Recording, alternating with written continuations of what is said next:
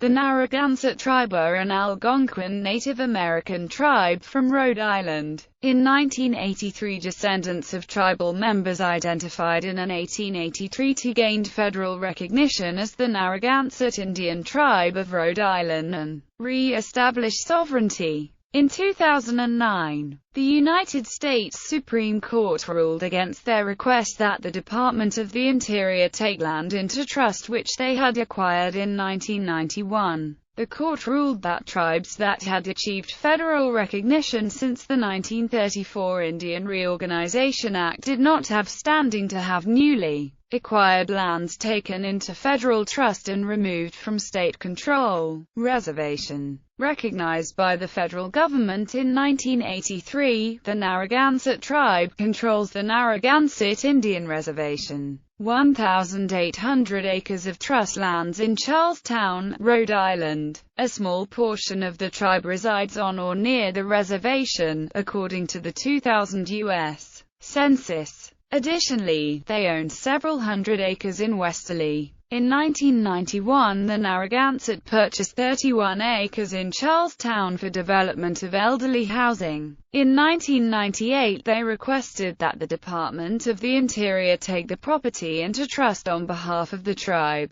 to remove it from state and local control. The case went to the United States Supreme Court, as the state challenged the removal of new lands from state oversight by tribes recognized after the 1934 Indian Reorganization Act. Rhode Island was joined in its appeal by 21 other states. In 2009, the U.S. Supreme Court ruled that tribes that achieved federal recognition after the 1934 Indian Reorganization Act could not have the Department of the Interior take their lands acquired after federal recognition into trust and remove them from state control. Their determination was based on 4 words in the Act, referring to its definition of Indian as all persons of Indian descent who are members of any recognized tribe now under federal jurisdiction. Government.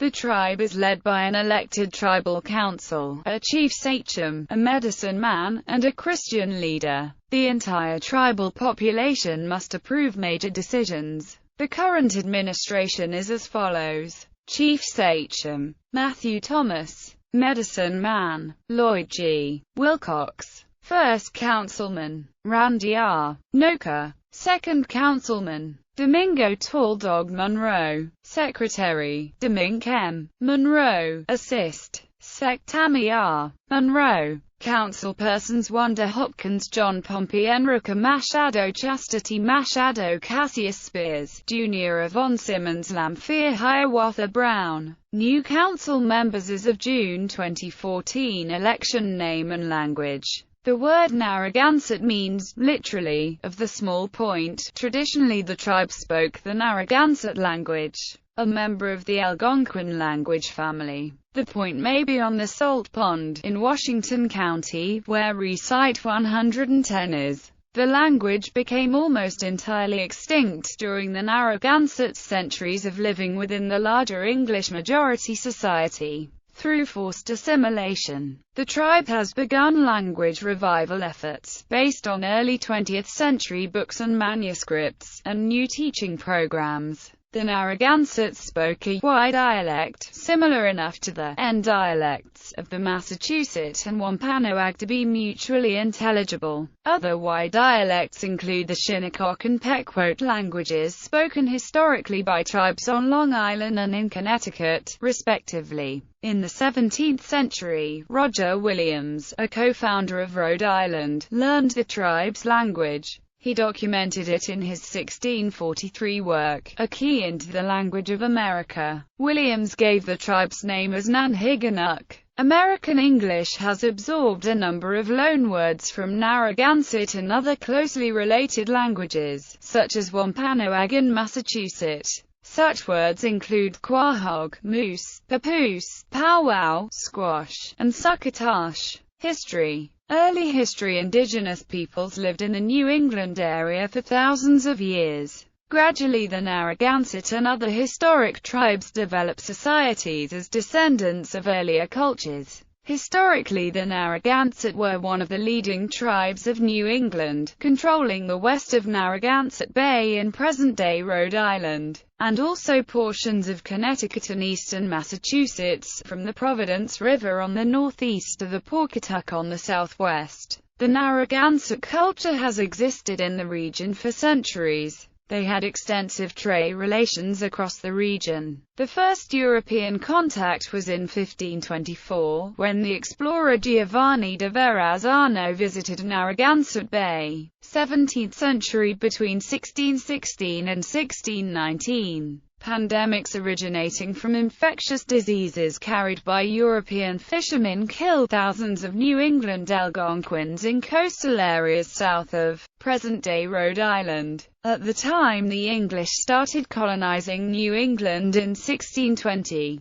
the Narragansett were the most powerful native nation in the southern area of the region. They had not been affected by the epidemics. Massasoit of the Wampanoag Nation allied with the English at Plymouth as a way to protect the Wampanoag from Narragansett attacks. In the fall of 1621, the Narragansett sent a gift of a snakeskin to the newly established English colony at Plymouth. The gift was a threatening challenge. The governor of Plymouth, William Bradford, sent the snakeskin back filled with powder and bullets. The Narragansett understood the message and did not attack the colony. They had escaped the epidemics that in 1617 ravaged tribes further south on the coast. European settlement in their territory did not begin until 1635, and in 1636 Roger Williams acquired land use rights from the Narragansett sachems. Later, the Europeans and Native Americans realized they had different conceptions of land use. In 1636, the Narragansett sachems, Canonicus and Mentinomi, sold the land that became Providence to Roger Williams, a leader of English colonists. During the Pequot War of 1637, the Narragansett allied with the New England colonists. However, the brutality of the English in the Mystic Massacre shocked the Narragansett, who returned home in disgust. After the defeat of the Pequot, the English gave captives to both their allies. The Narragansett had conflict with the Mohegan over control of the conquered Pequot land. In 1643 Mentinomi led the Narragansett in an invasion of what is now eastern Connecticut. They planned to subdue the Mohegan and their leader Uncash. Mentinomi had an estimated 900,000 men under his command. The Narragansett forces fell apart, and Mentinomi was captured and executed by Uncas's brother. The following year, the new Narragansett war leader Apesicus renewed the war with the Mohegan. With each success, the number of Narragansett allies grew. The Mohegan were on the verge of defeat when the English came and saved them. The English sent troops to defend the Mohegan fort at Shantoke. When the English threatened to invade Narragansett territory, Canonicus and his son Mixano signed a peace treaty. The peace lasted for the next 30 years, but land encroachment by the growing colonial population gradually began to erode any accords between natives and settlers. As missionaries began to convert tribal members, many natives feared they would lose their traditions by assimilating into colonial culture. The colonial push for religious conversion collided with native resistance to assimilation. In 1675, John Sassamon, a converted, praying Indian, was found bludgeoned to death in a pond. Facts about Sassamon's death were never settled. Historians accept that Metacomet, the Wampanoag sachem, may have ordered the execution of Sassamon because of his cooperation with colonial authorities despite the growing discontent among Wampanoag. 3 Wampanoag men were arrested, convicted, and hanged for Sassamon's death. Metacomet subsequently declared war on the colonists, in what the English called King Philip's War. After Metacomet escaped an attempt to trap him in the Plymouth colony, the uprising spread across Massachusetts as other bands, such as the Nipmuc, joined the fight. The Native Americans wanted to expel the English from New England. They waged successful attacks on settlements in Massachusetts and Connecticut, but Rhode Island was spared at the beginning as the Narragansett remained officially neutral. The leaders of the United Colonies accused the Narragansett of harboring Wampanoag refugees. They made a preemptive attack on the Narragansett Palisade Fortress in Rhode Island on December 19, 1675, in a battle that became known by the colonists as the Great Swamp Fight. Hundreds of Narragansett old men, women, and children perished in the colonists' attack and burning of the fort, but nearly all their warriors escaped. In January 1676, the English colonist Joshua Tefft was hanged, drawn and quartered at Smith's Castle in Wickford, Rhode Island. He had fought on the side of the Narragansett during the Great Swamp Fight and was considered a traitor. The Indians retaliated in a widespread spring offensive beginning in February 1676. In which they destroyed all English settlements on the western side of Narragansett Bay. They burned Providence on March 27, 1676, destroying Roger Williams' house, among others. Across New England, Indians destroyed many towns, and the attackers raided the suburbs of Boston. In spite of waging a successful campaign against the colonists, by the end of March, disease, starvation, battle losses, and the lack of gunpowder caused the Indian effort to collapse. Raiding parties from Connecticut composed of the colonists and Indian allies, such as the Pequot and Mohegan, swept into Rhode Island and killed substantial numbers of the now weakened Narragansett. A mixed force of Mohegan and Connecticut militia captured Canon Chet, the chief sachem of the Narragansett, a few days after the destruction of Providence and delivered him to Connecticut authorities. When told he was to die, he replied, "I like it well that I should die before my heart has grown soft and I have said anything unworthy of myself." He asked to be executed by Uncash, chief sachem of the Mohegan. Uncash and two Pequot sachems closest to Canonche's rank among his captors executed him in Indian style. The English treated Canon Chet as a traitor, and had his body drawn and quartered. A mixed force of Plymouth militia and Wampanoag hunted down Metacomet. He was shot and killed by aldermen, who had earlier served with him. The war ended in southern New England, although in Maine it dragged on for another year. After the war, the English sold some surviving Narragansett into slavery and shipped them to the Caribbean. Others became indentured servants in Rhode Island. The surviving Narragansett merged with local tribes, particularly the Eastern Neatic. During colonial and later times, tribe members intermarried with Europeans, Africans, and African Americans. Their spouses and children were taken into the tribe, enabling them to keep a tribal and Native American cultural identity. 18th century. In the 1740s, during the First Great Awakening, colonists founded the Narragansett Indian Church to try to convert natives to Christianity. The church and its surrounding 3 acres were the only property never to leave tribal ownership. This continuous ownership was critical evidence of tribal continuity when the tribe did the research and documentation needed to gain federal recognition, which it successfully did in 1983. 19th century. In the 19th century, the tribe resisted repeated state efforts to declare it no longer an Indian tribe because its members were multiracial. They contended that they absorbed other ethnicities into their tribe and continued to identify as Narragansett. The tribal leaders resisted increasing legislative pressure after the American Civil War to take up citizenship in the United States, which would have required them to give up to their treaty privileges and Indian nation status. While testifying about the issue to the state legislature, a Narragansett spokesman said that his people saw injustices under existing U.S. citizenship. He noted Jim Crow laws that limited the rights of blacks despite their citizenship under constitutional amendments.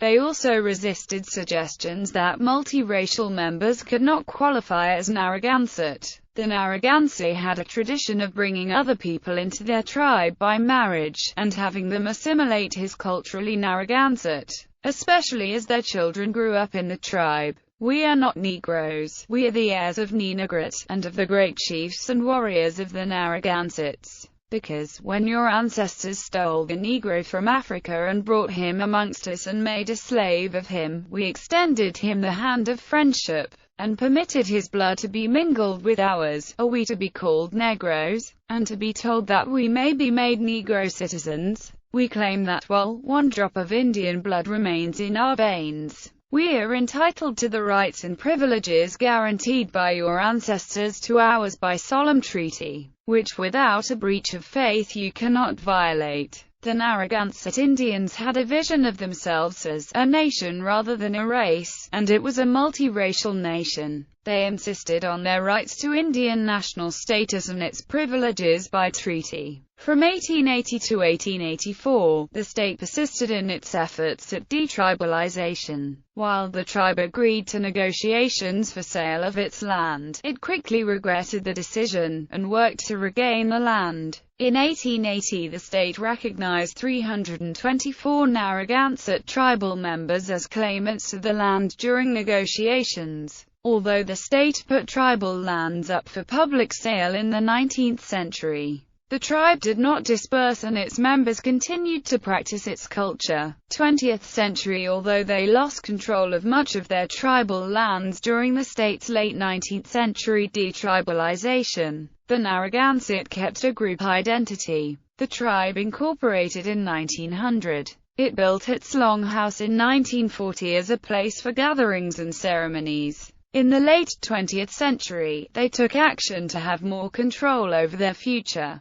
They regained 1,800 acres of their land in 1978, and in 1983 gained federal recognition as a tribe. According to tribal rolls, there are approximately 2,400 members of the Narragansett tribe today. Like most Americans, they have mixed ancestry, with descent from the Narragansett, other tribes of the New England area, as well as Europeans and Africans. 21st century. The Narragansett tribe had a coastal site at the top of Point Judith Pond in Narragansett, Rhode Island that was recently discovered during the construction of a subdivision for single-family residences. The construction company and developer initially attempted to cover up the discovery and continue with construction, but word soon got out. An interest in the site caused the intervention of the state government, who ended up buying it out for preservation. Further archaeological excavation on the site quickly discovered it to be the largest pre-Columbian village with the highest concentration of permanent structures in the Americas. Although maize was known to be cultivated by Algonquian tribes, there has never been physical evidence before the discovery of this site because the method of grinding the kernels into a powder isn't conducive to preservation.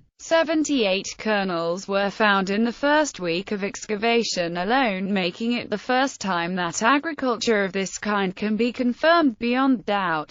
The current members of the Narragansett tribe have been helpful in determining the makeup of people inhabiting this site. The inhabitants were members of the Turtle clan, and the settlement was a conduit for trade in medicines. They used the surrounding pond and its many islands for hunting camps, resource collection, fishing, shellfish, burial sites, and herbal collections for medicine and ceremony. Roger Williams, the founder of the colony of Rhode Island, when treating with the Narragansett tribe, was brought to the top of Sugarloaf Hill in nearby Wakefield. They pointed towards the large settlement and told him it was called Narragansett. It is now believed to be the center of the Narragansett world, where they first began and extended their dominion over the neighboring tribes at different points in history. Land claim suit. In January 1975, the Narragansett tribe filed suit in federal court to regain 3,200 acres of Aboriginal land in southern Rhode Island, which they claimed the state had illegally taken from them in 1880. The 1880 Acts authorizing the state to negotiate with the tribe listed 324 Narragansett approved by the Supreme Court as claimants to the land. In 1978, the Narragansett tribe signed a joint memorandum of understanding with the state of Rhode Island, town of Charlestown, and private property owners in settlement of their land claim. A total of 1,800 acres was transferred to a corporation formed to hold the land in trust for descendants of the 1880 Narragansett roll, in exchange for the tribe agreeing that, except for hunting and fishing, the laws of Rhode Island would be in effect on those lands.